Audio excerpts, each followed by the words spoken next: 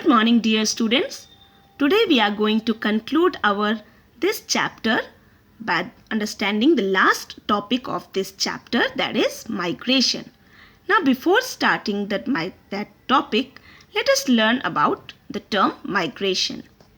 Seasonal movement from one place to another to escape harsh weather conditions or in search of food by animals is known as migration.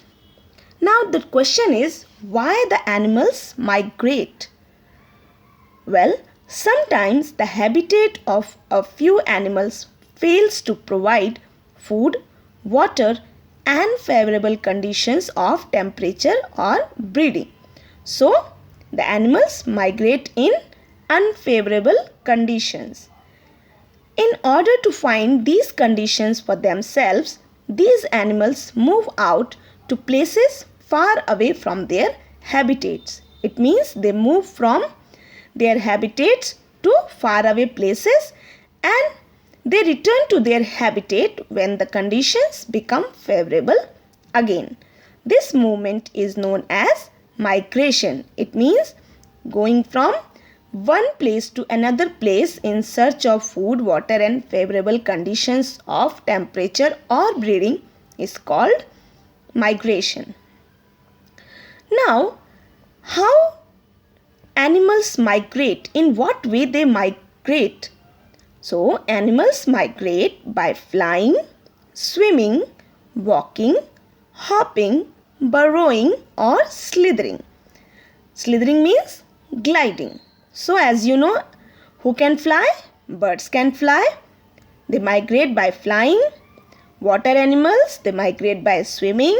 Land animals, they migrate by walking, hopping, burrowing or slithering. Now, true migrants are birds which make a two-way journey every year from one place to the other and back again. Birds are known as true migrants because every year they make their two-way journey from one place to another place and they come back again to their native habitat. Some birds travel in large flocks so that they can take care of any member of the group in case it gets sick, hurt or feels tired. Do you remember the story of a bird that is in your English book? Why evergreen trees never lose their leaves? In that story, you have learnt about a bird, a little bird who had broken his wing and could not keep up with the other birds, right? For example, geese fly in noisy V-shaped groups. Some birds may migrate alone, means birds migrate alone or in flocks also, right? Now, in this picture you can see some migratory birds, routes of some migratory birds. This picture shows us the route of some migratory birds. First of all, we will learn about white storks. White storks from West Asia and Central Europe visit India in the month of September. It means white storks birds, they come from West Asia and Central Europe and to visit India in the month of September. And in the month of April, they return back to their home. Now next is spotted sandpipers. Spotted sandpipers, they come from Europe and Northern Asia to visit India in the month of September. This bird is also come in September month. They return home in the month of April when the condition is favorable. Rosy pastors from Eastern Europe and Central Western Asia visit India in the month of August. They return in the month of April, right? brown-headed girls from Central Asia and Tibet visit India in the month of September. They return home in the month of April. So as you see that many birds, they come in the month of August or September and they return back to their places in the month of April. So as you can see, September, October, November, December, January, February, March. In these months, the weather is cold. And you know that in Europe, the weather is very cold. So they come to India for favorable weather conditions, right? But the question is, how do these birds find their way back to the same place each year? Birds seem to navigate like sailors by using the sun, the moon and the stars for directions. They use the sun, moon and stars for directions.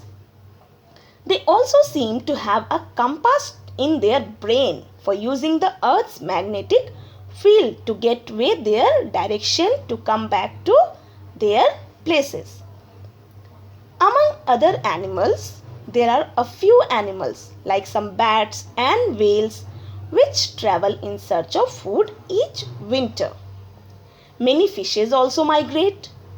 You know, fish can swim, so they may swim or move into deeper and warmer water. An eel spends its life in fresh water till adulthood. It then migrates to the Sargasso Sea in the North Atlantic to breed. As you know that eel is a freshwater fish.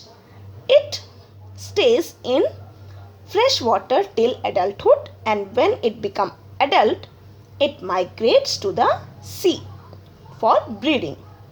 Similarly, a salmon fish also migrates, but a salmon is a fish that does just the opposite of the eel. Like eel spends its life in fresh water till adulthood, salmon lives in the sea till it reaches adulthood. It means salmon fish stays in the sea till its adulthood. Then it migrates to the river to lay eggs.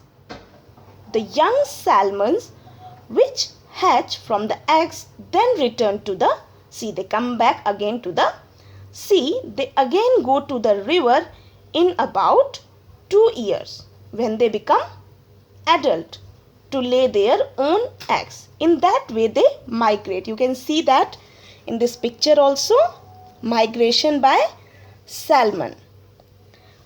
Female salmon lays thousands of eggs in a nest that she digs in riverbed gravel. Then young salmon leaves nest to find food. Newly hatched salmons have a food sac attached to them. They stay in nest for some time. Silver-colored salmons swim downstream heading to the sea. They undergo body changes that let them survive in the sea. Then salmons grow and mature in the ocean. Some migrate great distances also. When mature, the adult salmon returns to its birthplace to spawn. In that way, salmon fish migrate. Alright, so with this, our chapter has completed. Now, do complete all the exercises given in your book with question and answers. So, now this chapter has done. Thank you all. Take care of yourself. Have a nice day. Bye-bye.